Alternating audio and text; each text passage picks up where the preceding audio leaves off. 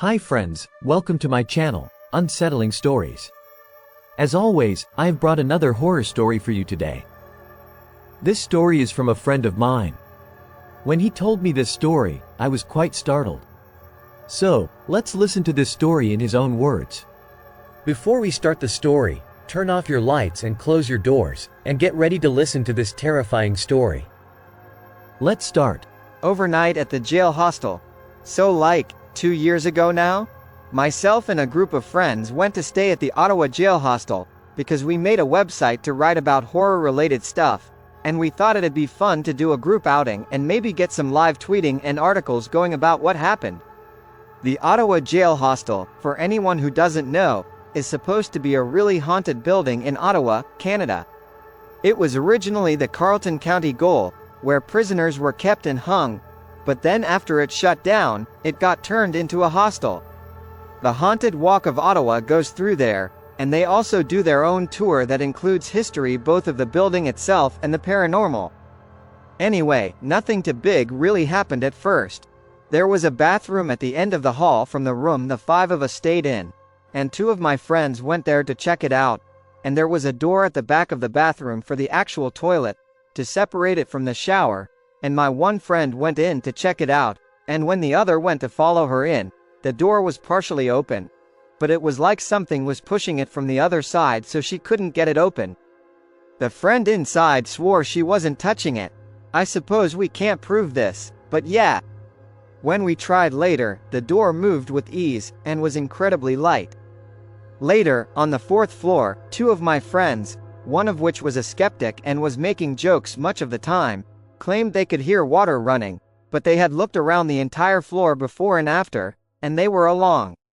No showers were running, it wasn't raining outside, and they couldn't find anything else that could even be a source of running water.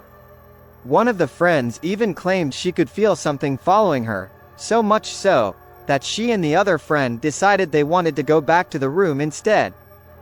All of this, as I'm sure many of you will say, can easily be explained away. I agree. I believe in the paranormal, but I also believe in having a healthy dose of skepticism and checking out other answers first. What I can't explain, however, was what happened in the middle of the night. I probably should have given them names sooner, but we'll just call them E, A, C, and K. So in the wee hours of the morning, I don't remember exactly, but it had to be around 3 or 4 a.m. A and C were still downstairs, but myself, E, and K were in our room in bed.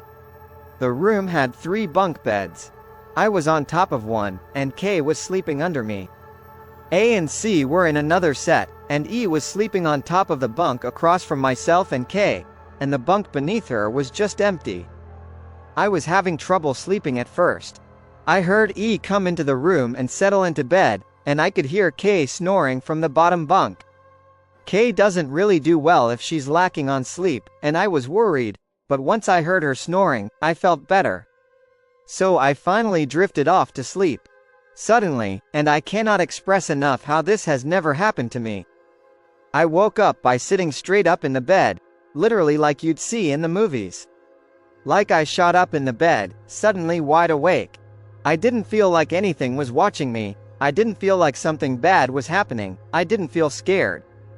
I just felt like I needed to be awake, and it was like my brain and body were way ahead of me, because I barely had the though before I was sitting bolt upright. A's and C's bunks were still empty, and K and E were still asleep. But across the room, near E's bed, was this figure? I still don't know how to explain it. But basically, you know when you first wake up and your eyes are full of sleep, and your vision's blurry and a little shimmery? It was like that, but a defined shape, right there by E's bed. The rest of the room around it was not blurry, which is how I know it wasn't just my vision. And like I said, it was a clear shape. It wasn't quite defined, but it was the approximate size of an adult human, just without the definition. I didn't feel bothered though. I didn't feel scared, or anxious, or in the presence of something malevolent. I didn't feel like myself, or E, or any of us were in danger. But I also couldn't pull my eyes away from it. After a few minutes, I literally just lay back down and went to sleep. This is so unlike me. I have sleep paralysis frequently, and am afraid of the shadows in my room, and am just a generally jumpy person. I am not someone who sees figures, and though is that I did research when I got home, and apparently a lot of people who stay in the hostel report seeing a figure standing at the end of their beds in the middle of the night, that wakes them up very suddenly. A lot of people seem to think it's Patrick Whelan, the last person to be hung at the jail.